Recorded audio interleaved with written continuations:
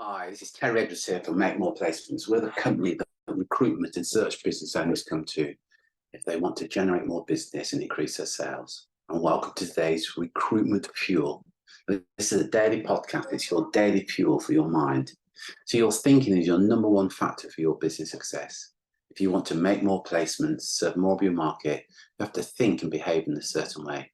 And the purpose of these podcasts is to help you become the number one recruitment search business in your niche. I want to share a story with you.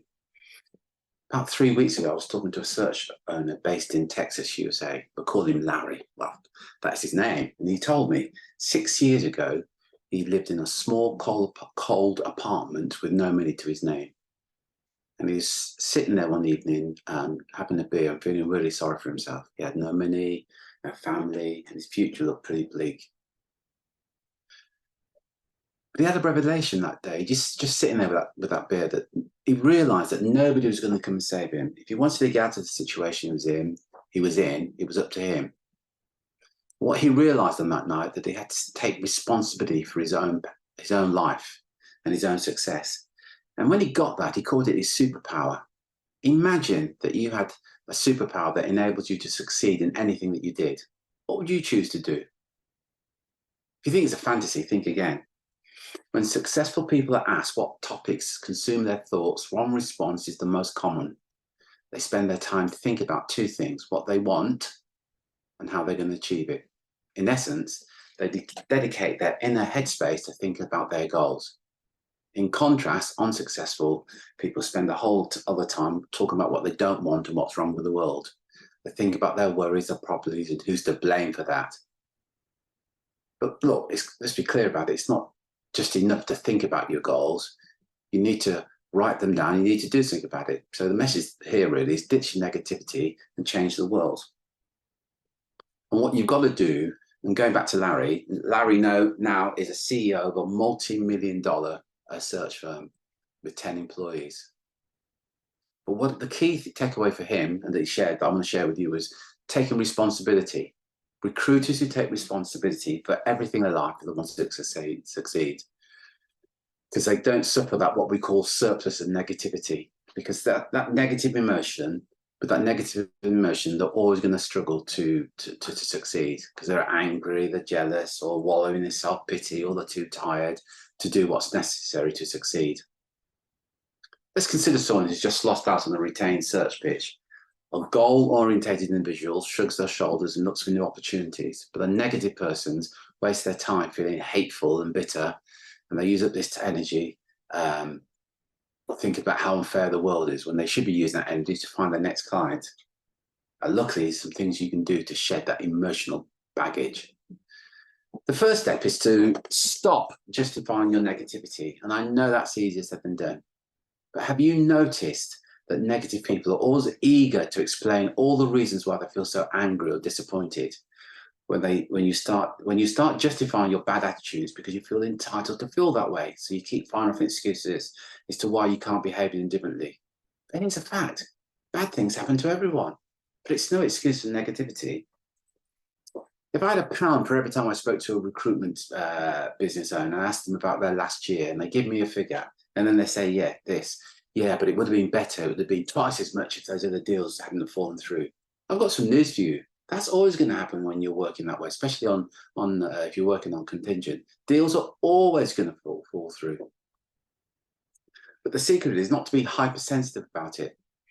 And hypersensitivity can be a pain in the butt, quite frankly. It happens when you're overly sensitive to what other people think of you and how they treat you. Instead of feeling an unshakable sense of your own value, you at some level believe that other people determine your worth. That's not true. The solution to hypersensitivity is to remind yourself that other people don't think that much about you anyway. They're not spending all the time thinking about you. Think about yourself and how preoccupied you are with your own life. I've got some news for you. Other people are exactly the same. So don't worry about it and what other people are thinking. The other thing that Larry said is to do some soul searching to help you achieve your goals. When you start out on goal setting journey, there are certain questions that you need to ask yourself. And these answers will provide you with a burst of energy to get going. So the first question is this: why do I want to make this goal a reality? Why? Now, the answer to this question is crucial because you must choose a goal that you have a strong desire to achieve. So it must be your goal. The design needs to be personal to you. You'll never be able to chase a goal that someone else has set for you with the same urgency. The next one he talked about was belief, absolute belief. He said one of his big turning points is when he believed deep down in his soul that he deserved that goal and that he would eventually achieve it. He said, because once he got that, he said there was no stopping him. There was no quitting. Did he have some lousy days when things didn't go right? Of course he did. But everybody has days like that. But the difference with him, with Larry, was he absolutely believed that he was going to be successful. And also he deserved to be successful. So you've got to have that belief in your own ability and that faith in your own ability. The next thing he pointed out was you've got to pinpoint where you are now. What's your starting point?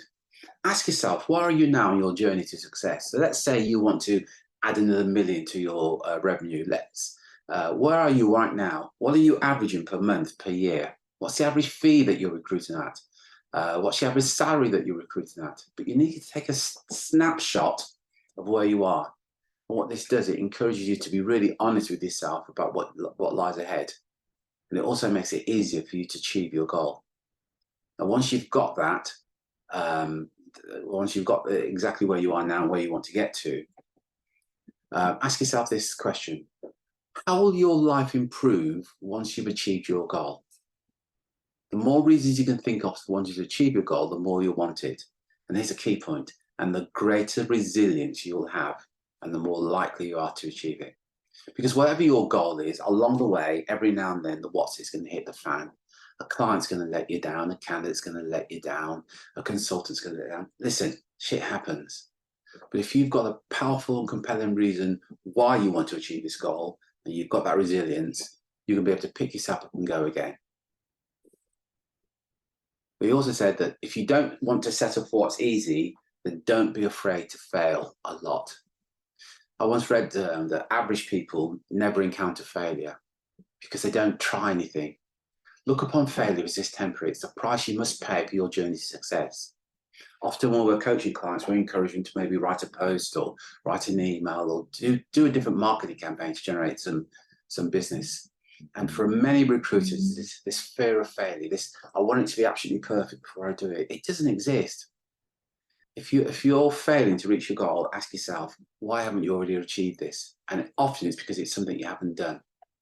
But when you fail to prepare, you prepare to fail. I'm sure you've heard that before.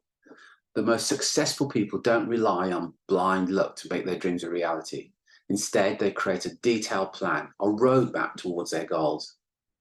If you're thinking right now, well, I don't have enough time to do that, think again.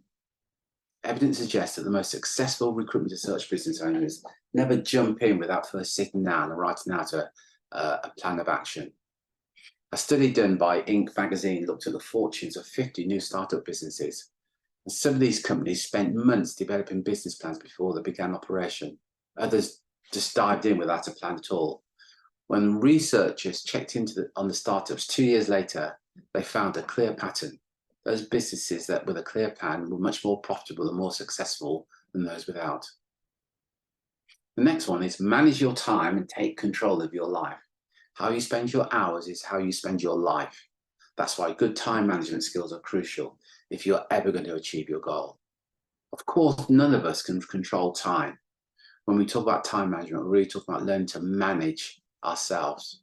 We all have the same amount of time. And high achievers just seem to be able to manage it so much better.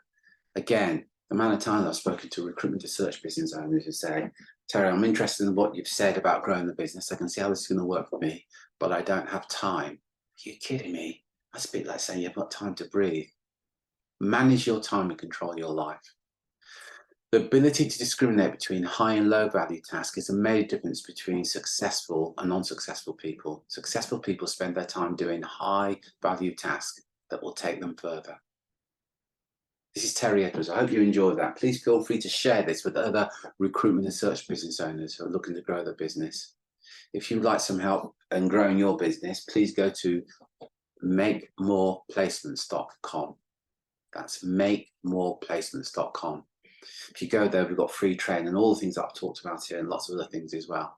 So that's for you. Go to makemoreplacements.com.